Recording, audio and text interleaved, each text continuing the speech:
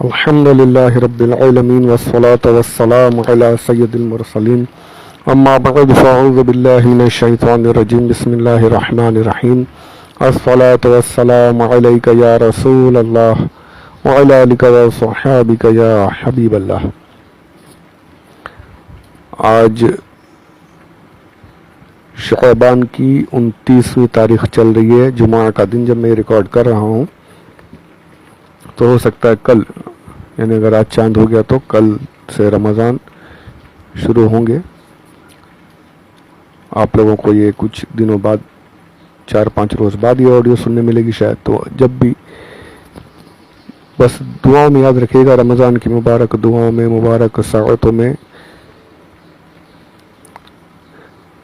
اپنی خاص دعاؤں میں مجھے بھی شامل فرمائیے گا انشاءاللہ۔ مجھے، میرے گھر والوں کو، میرے خاندان کو، اور خاص دعا یہ کہ ایمان کی سلامتی رہے، ایمان پر موت نصیب ہو، دنیا اور آخرت دونوں جہان کی بلائیاں پروردگار ہم سب کو نصیب فرمائے، رمضان کی برکتیں خوب خوب عطا فرمائے، آمین بجاہ نبی الامین صلی اللہ علیہ وسلم۔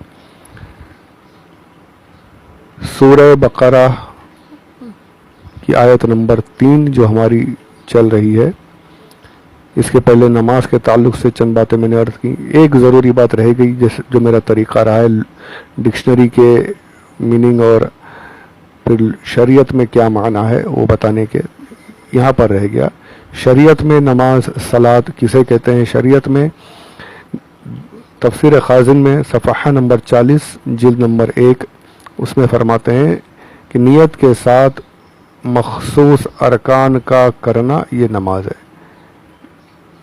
عبادت کی نیت کے ساتھ مخصوص ارکان یعنی قیام، قرات، رکوع، سجود وغیرہ یہ سب کرنا، اسے شریعت میں نماز کہتے ہیں۔ یہ بڑی آسان سی تعریف نماز کی ہے۔ اب آگے چلیے اس آیت کے اگلے حصے میں۔ اب یہ بھی دیکھیے اللہ کا کرم ہے، یقین مانیے میں کوئی پلاننگ وغیرہ نہیں کرتا ہوں، میں بس ریکارڈ کرتا ہوں، اور جب آج ریکارڈ کرنے بیٹھا تو مجھے احساس ہوا کہ اللہ کی طرف سے یہ نصرت ہے اور اللہ کی طرف سے اشارات ہیں الحمدللہ کہ آج شعبان کی آخری تاریخ، رمضان شروع ہوگا اگر چاند ہو گیا تو، اور رمضان میں جہاں دوسری عبادات ہوتی ہیں وہیں پر بہت زیادہ ہمارے بھائی، ہماری بہنیں صدقات و خیرات کرتی ہیں۔ امت مسلمہ جو ہے صدقات و خیرات بہت زیادہ کرتے ہیں۔ تو دیکھیے اب رمضان شروع ہونے والے، صدقات و خیرات کا دور آنے والا ہے، خاص کر کے زکوٰۃ بھی ادا کی جاتی ہے اسی ماہ میں۔ تو الحمدللہ اللہ کی طرف سے یہ اللہ کی راہ میں خرچ کرنے والی آیت کا، یعنی اس حصے کا آج ذکر آ گیا الحمدللہ۔ تو آیت کا اگلا حصہ جو ہے سورۃ البقرہ آیت نمبر 3،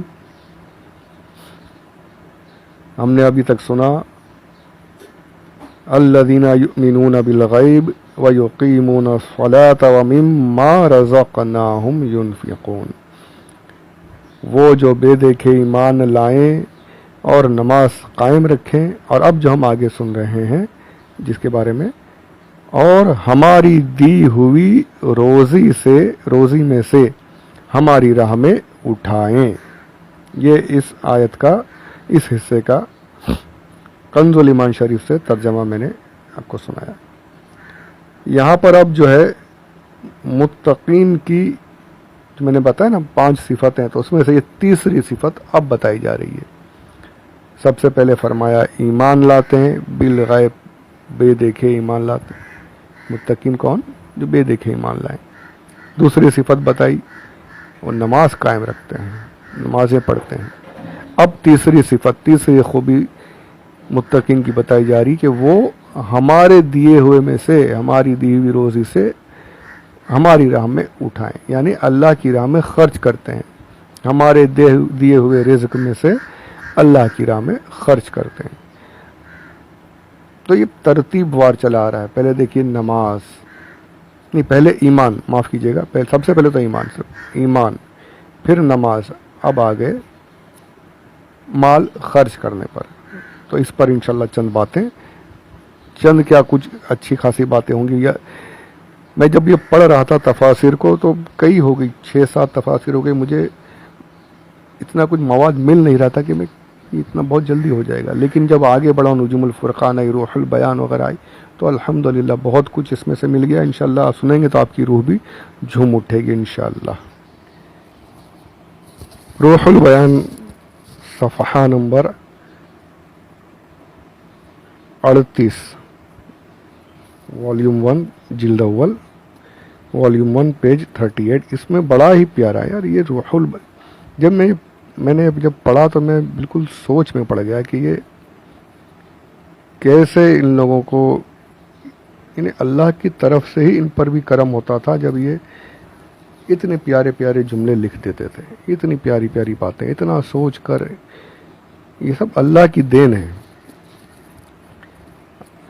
آدمی جب شاعری وغیرہ کرتا ہے کتنا سوچنے کے بعد اشعار بنتے ہیں.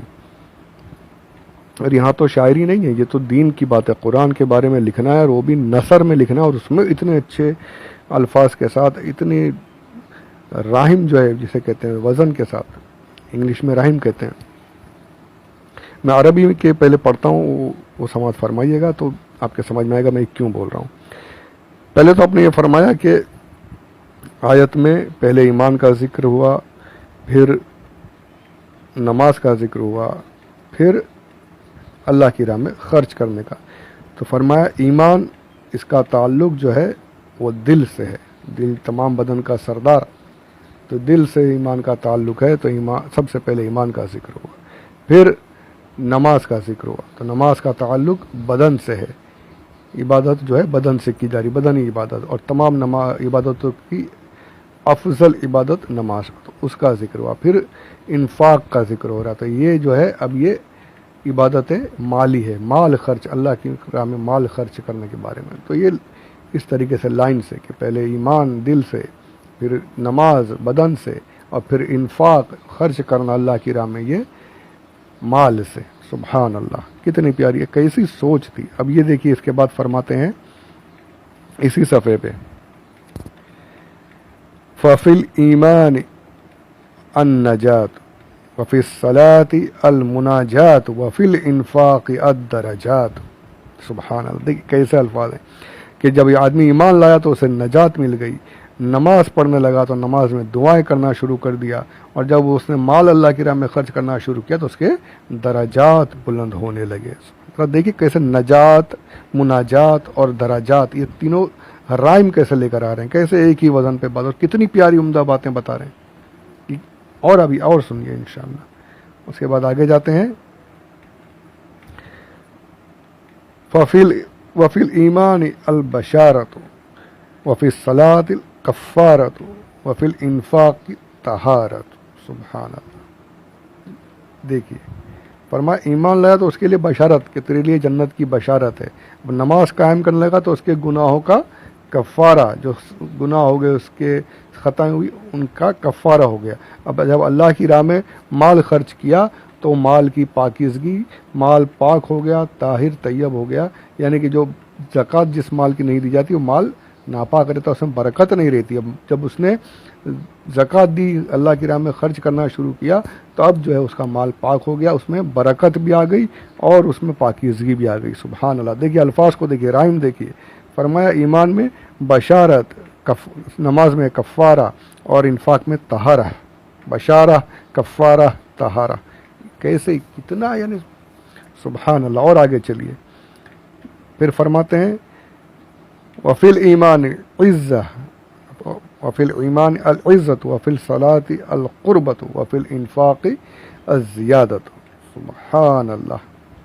ایمان لایا تو اسے عزت مل گئی، اللہ کی بارگاہ میں عزت والا بن گیا، مومن بن گیا.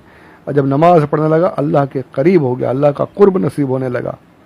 اور جب اللہ کی راہ میں خرچ کرنا شروع کیا تو اس کے درجات میں بھی بلندی ہوئی، ساتھ ہی ساتھ میں مال میں بھی بلندی ہونے شروع، مال میں بھی برکت، مال میں بھی زیادتی ہونی شروع ہو گئی، مال میں بھی برتری ہونا شروع ہو گئی. تو دیکھیے یہاں بھی رائم، عزت، قربت اور زیادت. سبحان اللہ، سبحان اللہ. کتنی اعلیٰ سوچ یار، کتنی اعلیٰ سوچ. اور یہی رائم کا جو آپ دیکھیں گے نا تو الحمدللہ میرے آقا نعمت، الحمدللہ آپ کے احسانات ہیں. بے شک امام اہل سنت اعلیٰ حضرت فاضل بریلوی امام احمد رضا خان رحمۃ اللہ تعالی علیہ کا احسان ہے اس امت پر، اس یعنی سنیوں پر جو اس دور میں جی رہے ہیں۔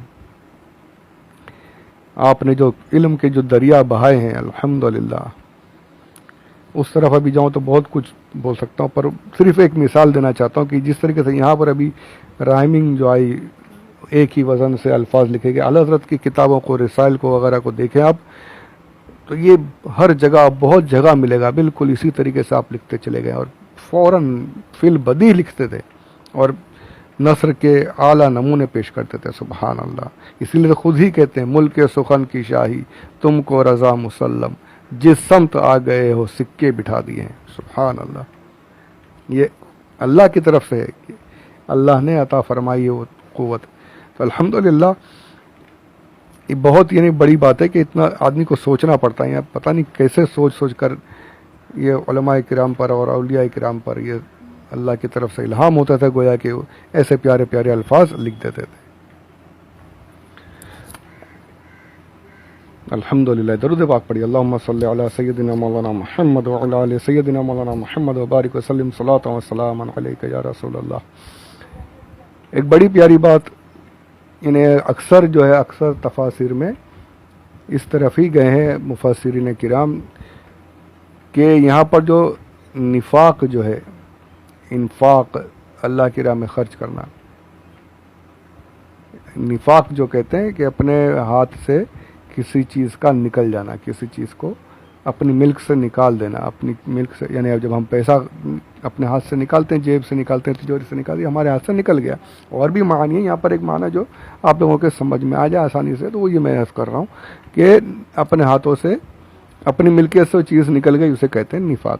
اور منافق کو منافق بھی اسی لیے کہتے ہیں، وہ ایک جگہ پہ رہتا نہیں نا، وہ نکلتا رہتا ہے، ایمان سے نکل جاتا ہے، یہاں گیا تو اس سے نکل گیا، مومن سے نکل گیا، اس کے پاس گیا تو اس سے نکل گیا، وہ نکلتا رہتا ہے، یہ منافق ہے، اپنے ایمان پر قائم نہیں رہتا وہ، تو اس لیے منافق کو منافق کہتے ہیں۔ تو یہ اکثر علماء، کچھ علماء نے یہاں لکھا کہ نفاق سے مراد جو ہے یہ ہے کہ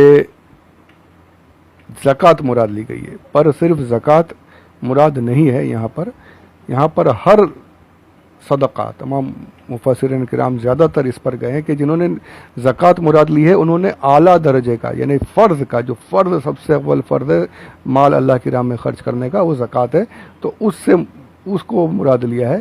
پر حقیقت میں دیکھا جائے یعنی انہوں نے اعلیٰ درجہ لیا، اول جو ہے زکوٰۃ ہے مال خرچ کرنے میں جو فرض ہو جائے، پر اس آیت میں دوسرے صدقات بھی، نفلی صدقات بھی، خیرات بھی اس میں شامل ہے، ہر خیرات کو شامل کیا گیا ہے۔ تب اس پر بھی ایک بڑی پیاری بات، اور وہ یہی روح البیان میں لکھی ہے، فرماتے ہیں سخاوت یعنی جو خرچ کرنے میں آتا ہے، صوفیہ کرام کا یہ قول ہے، وہ کہتے ہیں سخاوت جو ہے یہ سب سے پہلا مرتبہ، ایک دم نچلا۔ سخاوت کیا ہے؟ سخاوت یہ ہے کہ اپنے پاس کچھ رکھے، زیادہ مطلب آدھا سمجھ لو اپنے پاس رکھ لیا، اور کچھ اللہ کی راہ میں خرچ کر دیا۔ فرماتے ہیں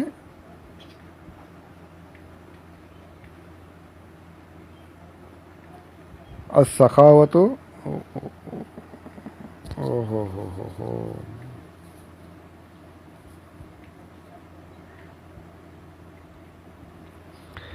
فرماتے ہیں جو شخص کچھ اپنے پاس رکھے، فمن اعطى البعض وابقى البعض، کچھ رکھا اس نے، کچھ خیرات کیا، کچھ لوگوں کو دیا، وہ صاحب سخاوت ہے۔ اور پھر فرمایا کہ جس نے کچھ ہی اپنے پاس رکھا اور بہت زیادہ خیرات کر دیا، بہت زیادہ لوگوں کو، یعنی زیادہ جو بھی مال اس کے پاس تھا اس میں سے زیادہ جو ہے وہ صدقات و خیرات کر دیا، اور کچھ تھوڑا ہی اپنی ضرورت کے مطابق رکھ لیا، وہ جواد ہے۔ یہ جود ہے، سخاوت، پھر جود، اب اس کے بعد آتا ہے ایثار۔ یہ ایثار بہت بڑی چیز ہے، یہ معمولی بات نہیں، یہ سب کے بس کی بات بھی نہیں۔ ایثار کیا ہے؟ فرماتے ہیں ایثار وہ ہے کہ آدمی اپنی ضرورت کو جو اسے ضرورت ہو اس ضرورت کو دوسروں کی ضرورت پر، یعنی اپنی ضرورت کو نہ دیکھے، دوسروں کی ضرورت کو دیکھے، یعنی اپنے ضرورت کا بھی مال اپنے پاس نہ رہنے دے، خرچ کر دے، آگے دوسرے کے کام میں آ جائے، دوسرے کو دے دے. سبحان اللہ، یہ ہے ایثار. اپنی جان سے زیادہ دوسرے کی جان کی فکر کرنا، یہ ایثار ہے. سبحان اللہ. سبحان. سخاوت بھی ہے، جودت بھی ہے اور ایثار بھی ہے. سارا کا سارا اس آیت میں کتنے پیارے انداز میں فرمایا، مما رزقناہم ینفقون. سیدھا ینفقون ایک لفظ میں ایک جملہ ہے، یہ خرچ کرتے ہیں، دیتے ہیں، اللہ کے راہ میں اٹھائے رکھتے ہیں. ساری چیز، سارے خرچ کرنے جو اللہ کی راہ میں حلال طریقے کے ہیں، سب کو اس میں شامل کر لیا. تو اس پر انشاءاللہ اور بھی گفتگو ہوگی. رزق کے بارے میں بھی ہے، رزق کسے کہتے ہیں اور رزق کا مطلب کیا ہے. انشاءاللہ اس کے اگلے آڈیو میں سماعت فرمائیں.